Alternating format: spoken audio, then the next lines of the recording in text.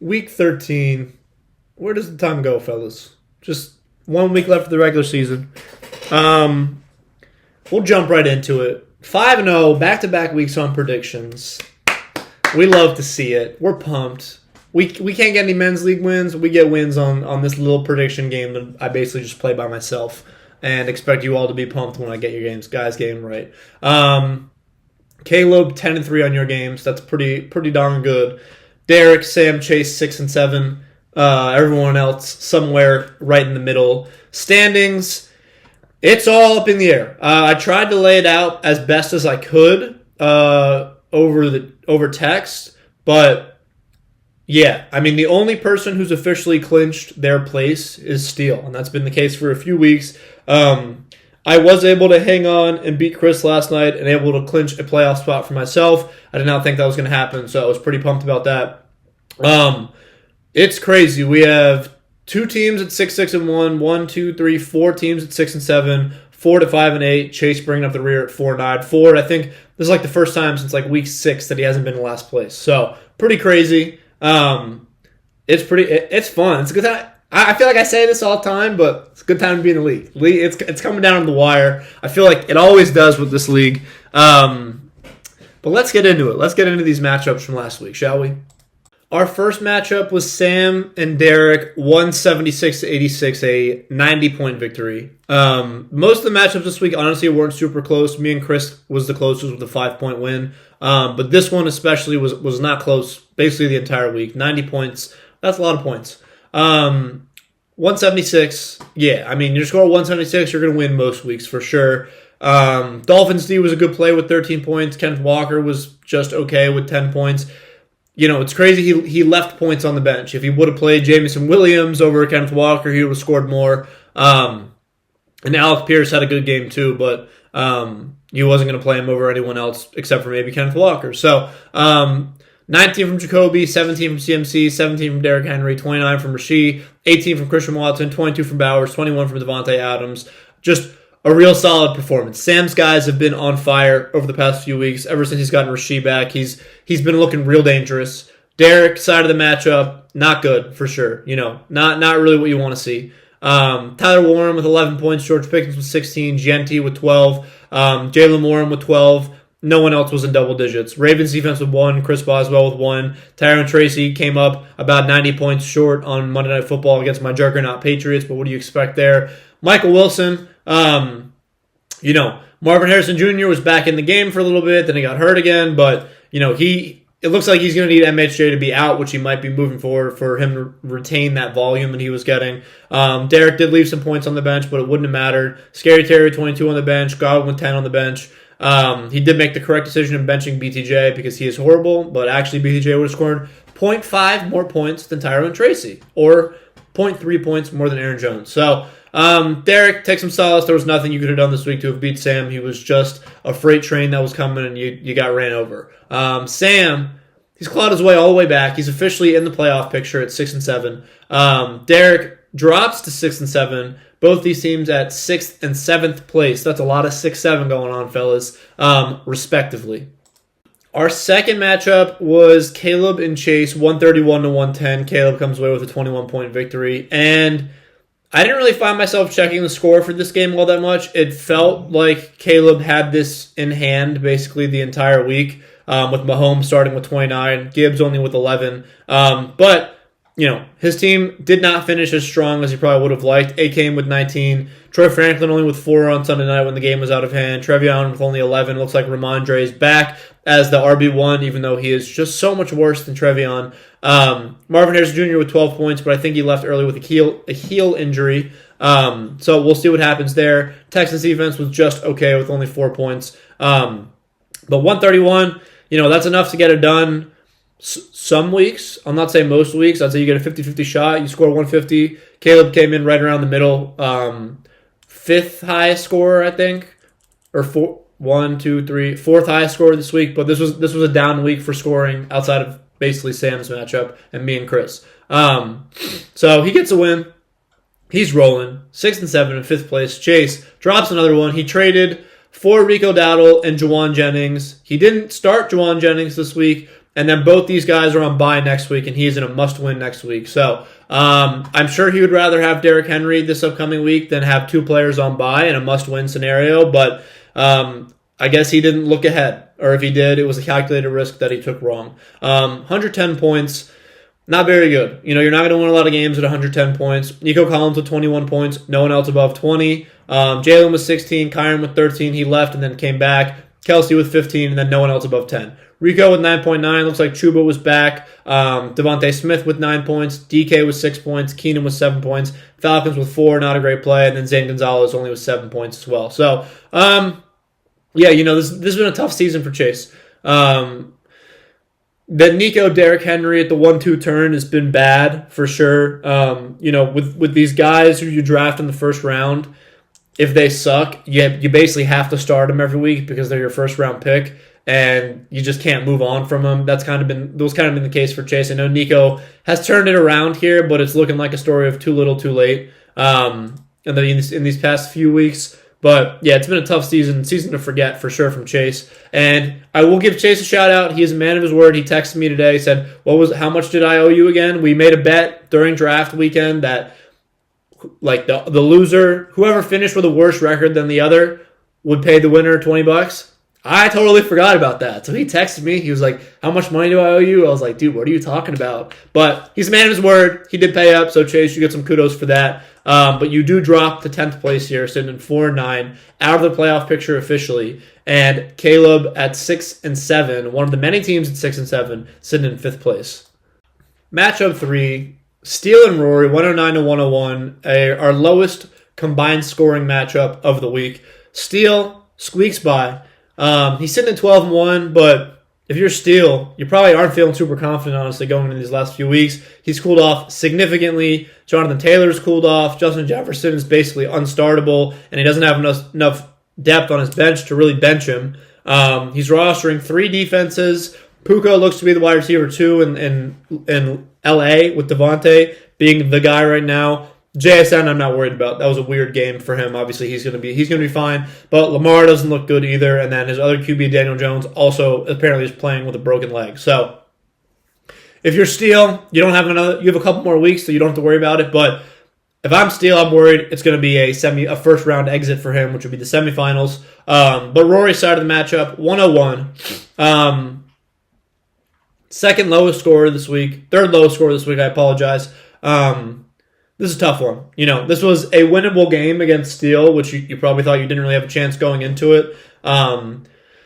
If you start my boy Kayshon Boutte over Zay Flowers, you come away with a win. That's all that that's what I'm just going to say. Zay Flowers, 0.6. Michael Pittman, 2.3. Sutton looked good with 17 points. The Broncos defense disappointed with 1. Quinchon looked good with 15. Josh Allen didn't really look great, 16 points. Javonte was good with 17. Saquon's been horrible this year, especially being drafted 6th overall. He's been bad for that ADP, sitting at the running back 13 on the year. And then Andy Borgalis missing that field goal in the third quarter. That was the game right there for Najee Nation. That was a pretty big swing. It would have been 4 more points that he loses a point. Game over. So tough one for sure for Rory, but 101 points. You can't really expect to get a win. But this was not a good matchup. If I am Steele or Rory, I'm probably not feeling great right now. Rory, after starting 5-0 and being in 8th place currently, firmly out of the playoff picture unless he can get a win here. And then Steele, obviously, just his team is on the decline with JJ and Lamar just being horrible these past few weeks. But he gets a win here. It didn't matter at all for him, and it was a must-win for Rory, basically. So just, Steele's bringing some joy to himself by hurting other people's feelings. He stays in first place, 12-1. He's been clinched into that for a while. And then Rory drops out of the playoff picture in 8th place. Matchup for my upset pick, I got every game right, but this right was the upset pick. Ford gets a win 113-85, and he does it without Drake London and without T. Higgins. So this was a must-win for Ford here. Had to have this one, and he gets it. Got to be feeling good, all things considered. 113, not a lot of points, but it was enough to get it done. Was a little surprised to see him leave Kamani Vidal on the bench after. I guess now that I'm looking at it, it makes sense because He started Kareem Hunt, who played on Thanksgiving, and then Hampton was ruled out later that week. So disregard, apologies for it, makes sense to me. And he lost the defense special teams battle 19-3. And normally when that happens, you don't win the games, but he found a way to get done here. R.J. Harvey with 21 points against the Commies. Jacoby Myers has been very solid since he's been traded to Vegas. 11, 15, and 21 over the past few weeks. And he was acquired in a trade from Sam. DeAndre Swift with 20. Everyone else was just okay. Matt Stafford with 11. Woody Marks, who I swear gets hurt every single game. They're like, oh my God, he's so hurt. He's questionable return. And then he's just back out there doing his own little mid-self. So, that's Woody Marks. Kareem Hunt, 9 points, not great. And then defense special teams, 1 and 2 points, really not great. Ben's side of the matchup, this is tough for sure. 85 points, was the loser of the week. So you will be seeing him later this video, assuming he sends it to me. Biggest storyline here was Amon-Ra getting hurt. He plays through everything, so his ankle had to be hurting real bad for him to not go back out there, especially on Thanksgiving. He is, estimated to miss a little bit of time, I think. Looks to be like a low ankle sprain. But just not a good performance all around. No one scored more than 15 points. Olave was high score with 14. Patsy, Dobbs, Herbert, 12-ish points all around that. And that's Josh Jacobs with 10 too. So this was tough. Jordan Love with 25 on the bench, but wouldn't have mattered. This was a tough outing for Ben. Ford's got to be feeling good, getting a win without his two best players. And then Ben has just been sliding recently. This was a tough one. Losing Amon-Ra hurts a lot. Etienne hasn't been as great. Garrett Wilson obviously still hurt. I doubt he comes back. Rashad White is now you can't play him anymore because Bucky Irving's back. So Ben, the locker rooms probably are not great. Hopefully we'll hear from him later. But 6-1, still in playoffs in fourth place. Ford controls his own destiny for the last place punishment. 5-8 in ninth place. And our final matchup of the week, me and Chris, 163 to 158. Both these teams deserve to come away with a win this week, both top 3 in scoring. Unfortunate that we were playing each other. I was very happy to come away with a win. We will do my side of the matchup first. Basically, everyone showed up for me this week except for John Mechie, who dropped a walk-in touchdown after scoring 13 and 18 the last 2 weeks. Fell off this week. Kyle Mungai with 9. Now, everyone that I could have played over him scored more points, so that was disappointing. Montgomery with his first game scoring a touchdown in 4 weeks, and also the first week that I bench him. But Mungai looked great with 19. QJ scored for the first time in a minute, and then Chris Rodriguez looked serviceable as well. Jaden Higgins looked to be in a fine waiver wire pickup, 11 points. Trey McBride stays goated. Tet caught the ball one time per 40-yard touchdown. CeeDee Lamb with 24 points. Chase Brown with 18. Thank you, Derek. James Cook with 18. Drake May with 20. So, MVP, Jason Myers. Love that guy. 20 points. The kicker won on the year. Thank the heavens. I was able to get him off the waivers after my kicking woes so far. Chargers defense 11 was solid too. On Chris's side of the matchup, he was a little more up and down in scoring. Everyone was in double digits for me except for John Mechie. He had 2 guys not be in double digits with Jake Bates and Stephon Diggs and Rome Odunze. So 3 guys. A.J. Brown with 35. The Seahawks defense with 28. They were the highest scoring defense, I think, this entire season. 28 is the most the defense has scored. Dak looked fine with 20. Bucky and Brees both scored 16 and 15 points. Jamar with 18. I was happy he didn't get in the end zone. Kittle was just fine with 10 points. But yeah, let down for sure. Our game came down to Drake May versus Stephon Diggs. I needed Drake May to outscore Diggs by 10 points, and he outscored him by 15. So thank you, Drake, for not throwing the ball to Diggs last night. I won by 5 points. Ramondre had 6 more points, 5.5 more points. So I think he would have won if he would have played Ramondre over Diggs, which he texted me. He was flip-flopping back and forth on that all week, but I'm not sure. I'm not sure if I believe him. You know what I mean? He also is the only one, I think, rostering 2 kickers, which doesn't really make any sense to me. He left 4 points on the bench there, too. But, yeah, this is a tough one for Chris for sure. This, I think, was his 3rd highest scoring week of the season. He comes away with an L here. Gives me a win. So I move up to 7-6. I've officially clinched a playoff spot. The second team to officially clinch. I'm in play for a bye somehow. And Chris, 6-1 in 3rd place. And before we move on to next week, let's hear from our winners and losers of the week. Our winner of the week, Sam, 176, beat out the next guy by 13 points. We get to see your face again. What do you have to say this time? Winner of the week, Derek gets shit on. Shit on, kid. Get fucked. Winner of the week, I run this league still. I'm still the GOAT. Nothing's changed. Shout out the Commanders. They've now lost 7 straight games. Love to see that. The Steelers are a mess once again. Aaron Rodgers experience. We'll finish 9-8. Music to my ears. Najee Nation, rest in peace. You will be missed dearly. That's why you don't cut your CA3 and Najee. Should have had at least one on your bench the entire year. But, hope you learned your lesson. Last night in Richmond, our team lost by 48. It was a lot of fun.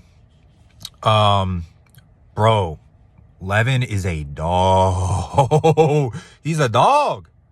Bro, Levin's a dog. And guess what? They did not respect Rory at all. Rory put his head down. His big, luscious body went chest to chest with this one guy. And he's like, flayed off. Sad. We had them on the ropes. And then, they had to get the refs involved. They cheated, but whatever. I saw this after the game. I had these scratches on my nose. And, come to think of it, I don't remember a single foul called by a guy that was on me. Not a single one. So this is apparently, and the refs didn't even stop the game when they saw the blood. No. Didn't even stop the game. Fuck it. Just let him play, right? Oh, he has AIDS. Who cares? Let him play, right? Didn't even stop it. You fucking kidding me? Unbelievable. Well, either way, I'm running away with this thing. It's me and Caleb for Manager of the Year. Steele, you are a fraud. Get fucked. Sam, I think I watched that video like 3 different times. Some of your better work. Very funny. Yes, we did get 48 piece last night, but, low-key, Sam and I were kind of cooking in the 2-man game. A little high-low action, a little pick and roll.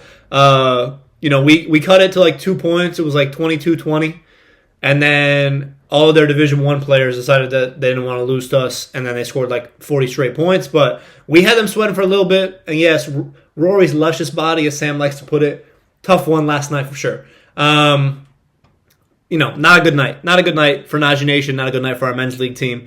But he'll bounce back. There has to be better days ahead. We have a negative 100-point differential through 4 games because they moved us up 2 divisions for some reason without telling us.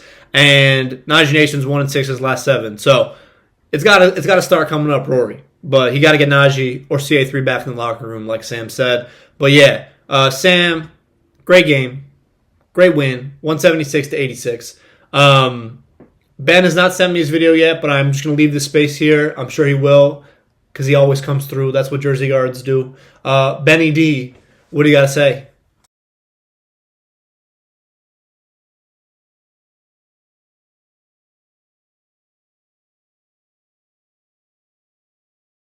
All right, so the Jersey guard didn't come through, but that's what Benny D has to say. He's been featured a few times now. He's limping into the offs, like he said. Tough sledding, for sure. Not good. We talked about it already. He just said it, not good. But let's move on. Week 14, last week of the regular season. It's all coming down to this. I've already talked about it, but every single position is up for grabs. And where to start but Najee Nation and Caleb is our first matchup. Both teams sitting at 6 and 7. Caleb comes in at only a 2-point favorite right now. He's got Trevion on bye. He's got Hunter Henry on bye. Gadsden on the bench. He picked up Josh Downs. He picked up Devon Vele. And this projection feels low for what Caleb has been hitting over the past few weeks. But, I'm looking at his team now, and it does seem like he's really been carried heavily by Jameer and Akane over the past few weeks. His receiver room is not looking too hot. In all honesty, Troy Franklin seems to have cooled off a lot. That was a very good waiver wire pickup for Caleb. He had 26, 15, and 12 in 3 of his last 5 weeks. So that was pretty big for him. But he doesn't seem to be Bo Nix's favorite target anymore. He dropped DJ Moore. He picked him back up. He's back in the starting lineup. We'll see if he keeps him in. That's against Green Bay. It's a nice little rivalry game we got going on. Biggest game, obviously, for Caleb is that Thursday night with Jameer. How's he going to do? And then Akane. Those have been his 2 guys this year. Marvin Harrison Jr. did not practice today. So that is something for Caleb to monitor. I'm not 100% sure. He said he hurt his heel. If I had to guess, I would say he probably doesn't play this week, but what do I know? I'm just a guy making videos for you guys. But Caleb does come in as a 2-point favorite. I forgot to mention these two teams did play previously in week 1, so they opened and closed the regular season with each other. Najee Nation won by a score of 188 to 132, but it's been all downhill since that week for Najee Nation. Rory's side of the matchup, he's got Michael Pittman on the bench, I think for the first time all year. Josh Allen, Saquon, Javonte, Zay Flowers, Egbuka, Dalton Schultz, Cortland Sutton, Quinn Sean. Broncos D is a great play against Las Vegas this week, and then Kaimi Fairbairn. And Caleb is rocking with the Texans defense against Kansas City. I know he benched them against the Bills earlier this year, and that was a mistake. They had 14 points. I guess he's following suit, but he also is playing the defense against the starting quarterback, which I don't know if I love that play. He has the Bills defense and the Titans defense as well. So honestly, now that I'm looking at it, I would bet that Caleb plugs in the Titans defense. Doesn't roll with the Texans defense against his own team. That's probably why I picked him up. Why I didn't get them, because Caleb picked him up. So thanks for that, Caleb. But yeah, I think this is going to be closer than people think. He comes in within 2 points of each other. And Rory's obviously been slumping as of late. Caleb's been hot, but it's really just been Jameer and A-Kane just balling and carrying his team.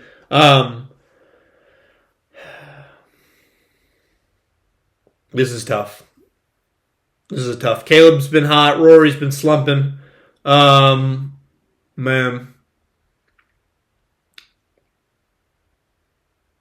I don't know what to pick. You know what? I think Rory's going to get this one. I think Rory takes this one. He stops the slide. He squeaks it in the playoffs. I think he stops the bleeding. I think Javonte has a decent game Thursday. I think he gets in the end zone.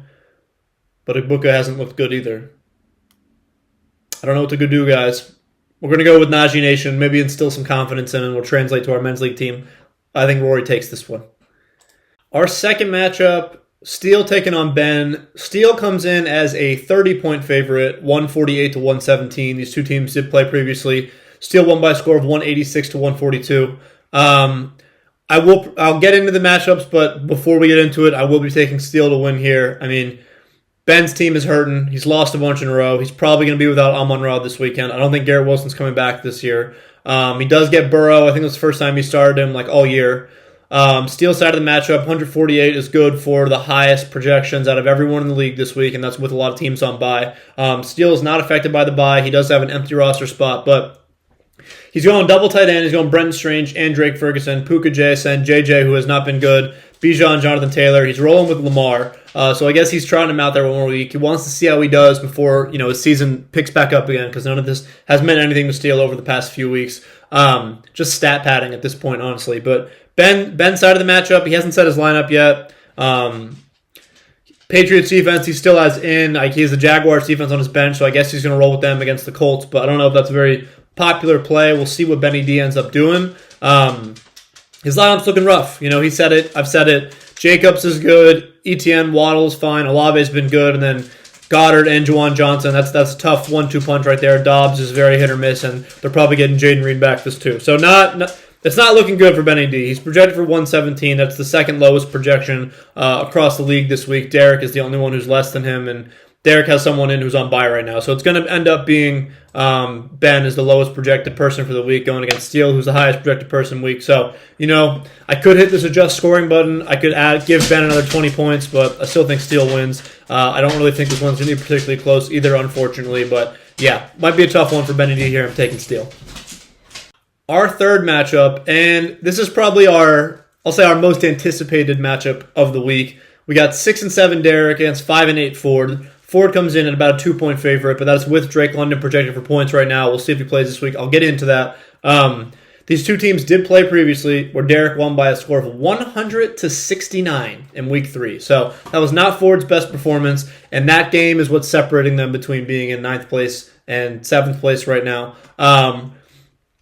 Let's do Ford's side of the matchup first. He's got Stafford in. Wandale on bye this week. That's pretty tough. Ricky P on bye. He hasn't been good this year anyway.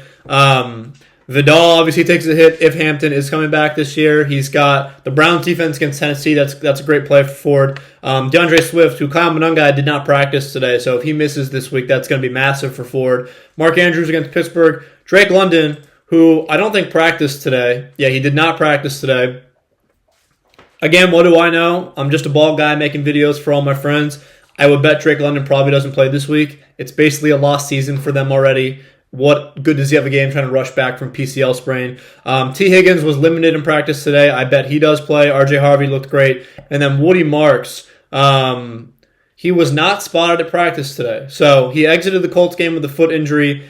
If Woody doesn't go and Drake London doesn't go, I legitimately don't know what Ford's going to do. Devin Neal's projected for 12 points right now. Kamara didn't practice today, so I guess he would plug Devin Neal in, but he need to go with someone else, and I don't think he would go with Vidal or Emmanuel Wilson, so he'd be hitting the waiver wires up for that last one. Tyler Loop, very good kicker, but the Ravens' offense is just kind of stagnated. 2 points last week. Tough one for sure. Derek's side of it, again, it's hard to give an accurate representation because he has set his lineup, but Tyron Tracy's still in.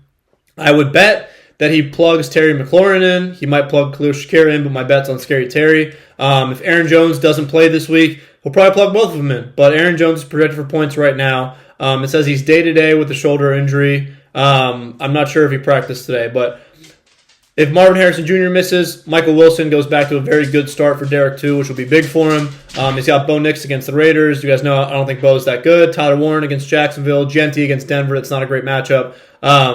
And then Pickens on Thursday night against Detroit. That'll be fun for him to watch. He's going with the Ravens defense against Pittsburgh, and then Pittsburgh's kicker against the Ravens defense. So they're playing against each other. Why not? Yeah, we'll see. Ford comes in at a 2-point favorite. He needs this one to stay out of last place. If he loses and Chase wins, I think Chase avoids last place based off what I said earlier because of the points for on the year. So Ford's basically in a must-win here. Obviously, he can avoid last place if I beat Chase, which we'll get to that matchup in a little bit. I think Derek's going to take this one, unfortunately, for Ford. I don't think Drake London plays this week. I think that's going to be it for Ford. I think he needs Drake London to play. I don't think he's going to get him to play. If Woody misses this week as well, too, Ford could be into big-time trouble, especially with Wandale on bye. But we'll see. We'll see about that, right? I think Derek, when he sets his lineup, will probably end up being about a 10-point favorite here, but he's got to set his lineup first, but I'm taking Derek. All right, I just talked about this matchup for legitimately 3.5 minutes straight, and then my computer glitched out and didn't save, so we're going to get into it again. Sam and Chris, our fourth matchup. This is probably the best matchup on paper this week, 134 to 137. Sam comes in about a 2-point underdog. Both these teams really affected by the buys this week. Chris is without George Kittle, he's without Diggs, and he's without Ramondre, and I guess Devin Singletary too. But Sam is without Christian McCaffrey, who's Sam was right. We were all wrong for the regular seasons. Christian McCaffrey finished as the running back 1. Sam was right to take him at 1-1. And then Jackson Dart, who's been a very solid QB as well for him. But Jacoby Brissett has been very solid since he stepped in the role too. He hasn't scored less than 18 points once this whole season. Sam's team looking like a wagon. Honestly, he's been super hot as of late. Kenneth Walker, getting vultured all the time by Charbs, but still, Derrick Henry. Chase is definitely going to wish he had him back instead of no one for this week for sure, with facing last place. Christian Watson, Jameson Williams, wide receiver 1 in Detroit now with Amon-Ra out, or at least that's what it's looking like. Brock Bowers has been awesome. Rasheed Rice has been awesome. Davante Adams looks to be the wide receiver 1 in Los Angeles right now. He's been on fire, the wide receiver 6 on the season. He picked up the Bucs D, which I also put a claim in, so thank you for grabbing them, Sam. And then Cam Little. Sam is Cam Little's third owner. Chase and Steele had him before, but he's found his way back to Sam after Young plays on bye. Chris's side of the matchup, his team played super well last week as well, 160 points. You normally get a win. But like I said, he's hurting without Kittle and without Diggs this week. Dak, that Thursday night game is going to be massive for this matchup. Bucky, Breece Hall, Jamar Chase, Odunze, very hit or miss. He was double digits the first 4 weeks. He's only been double digits 2 out of the last 7 weeks. So what do you do with him? It's hard to say. Chris went tight end heavy with Kraft and Kittle. Obviously, you lose Kraft to injury. Now Kittle on bye. Hit the waiver wires for Zach Ertz. So that's that. A.J. Brown, the Eagles aren't winning, but A.J. Brown had 25 or 35 the last 2 weeks. So he's happy. Jordan Addison, I don't get how you start Jordan Addison with 9 back there. Or, Max Brosmer was that bad. But with 9 back there, that's a tough one. I know the Commanders' secondary is atrocious, but still, it's the Vikings have been horrendous this whole year. And then Seahawks defense have honestly been one of Chris's best player. They're averaging 11 points. And then Jake Bates, who's a great kicker, but Detroit just doesn't kick it that much. But it's going to be fun to watch on Thursday night. These guys have multiple players. You got J-Mo, Jake Bates, Dak Prescott in that matchup. So Sam's team's been hot. I think Sam can still miss the playoffs if he loses and Caleb loses, because Caleb will have him on the points for. But if Caleb wins, then Sam's in no matter what. Chris is probably going to be in no matter what because he has the point differential on Ben. So even if they both lose, he would eke out over Ben. But both these teams want to win for sure. They're not Sam's not guaranteed a playoff spot. And you want to be at least 500, right? You want to get into 6-8. You want to at least be 500 if you're getting into the big dance. It's tough. Both these teams are playing super well. 2 of the top 3 scorers from last week, Sam being the winner of the week. It's hard to pick one, but I am going to pick Sam here. His team's playing super well. His guys are performing. I don't really see a weak link in his starting lineup right now, and I think I'm going to take Sam in this one. Our last matchup of the regular season, me and Chase, I come in at about a 12-point favorite, 134 to 122. We did play previously in week 4 where I won by a score of 141 to 125. Chase, currently in last place.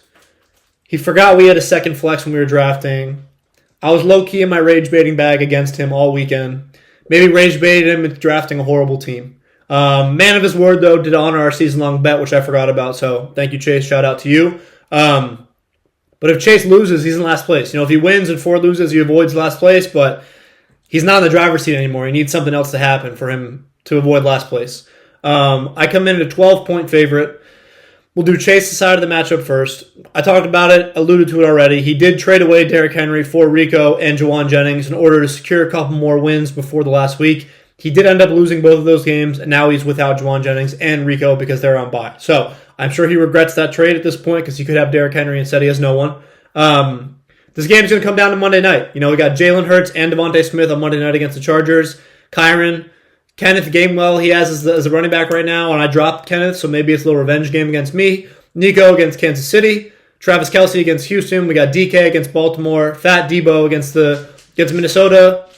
And he's going with the commies against Minnesota. And I get it. 9's been horrible all year. He's been real bad. But also the Commanders' defense is ranked 30th out of 30 teams for all the defenses. So we'll see about that. They've scored negative points 1, 2, 3, 4, 5 times this year. They've went negative 5 times this year. Chase is rolling them out. Could work out for him. We'll see, right? And then Zane Gonzalez, he's got the Atlanta kicker going up against Seattle. He moved on from San Francisco's kicker, who was on bye this week anyway. So it's a moot point. My side of the matchup, excuse me, we're without Drake May, the heart and soul of our team this week. We are without him, which is a bummer. We will miss him greatly. But we got Jared Goff off the waivers somehow. I don't know. Y'all are asleep at the wheel. Guess who dropped him last? It was Chase. So if Chase would have hung on, so drafted by Ford, dropped by Ford, picked up by Chase, dropped by Chase, picked up by Sam, dropped by Chase, picked up by Chase, dropped by Chase, and now me. So Chase had him at 3 different points throughout the year, and now I get him against Dallas on Thursday night, against him with the season on the line. So Kenneth Gainwell revenge game against me, Jared Goff revenge game against Chase.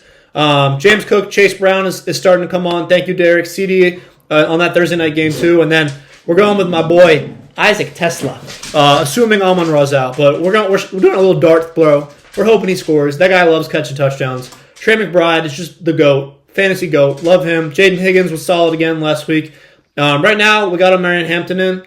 We're going to hope he plays because we won't know till Monday night, and low-key I could be boned if they don't end up activating him. That might be a Sunday. We make an executive decision. We plug someone else in, but we'll see about that one, right? We also might be getting Mike Evans back this week. That'd be pretty big for the boys. I saw they opened his practice window. If we get Mike Evans back, 125 yards for a few weeks in a row, he's at 1,000 yards again. So they're gonna force feed him, and I'm gonna be happy about it. But yeah, I mean, I come in as a 12-point favorite. I already said I think Ford's gonna lose, but Ford, I think I got your back. I think I'm gonna handle business this week. We're playing for a bye. We're not playing for nothing like Steele. The boys are gonna be motivated to perform without the heart and soul, without our team name. I believe in us, and I believe I'll be able to send Chase to 4-10, where he will get last place and be 7 places off the coveted 3rd place that he so desires. And that wraps me for the final regular season matchup prediction. I can't believe we're already at this point in the year already. It feels like we were just playing mini golf, determining the draft order and what a time that was. But I appreciate you guys. I appreciate this league in general. I can't say go Pats this weekend because we're on bye, so good luck to everyone out there. Big matchups across the league this week. I'm excited for it. It's going to be a fun week. Stay safe, everyone, and good luck.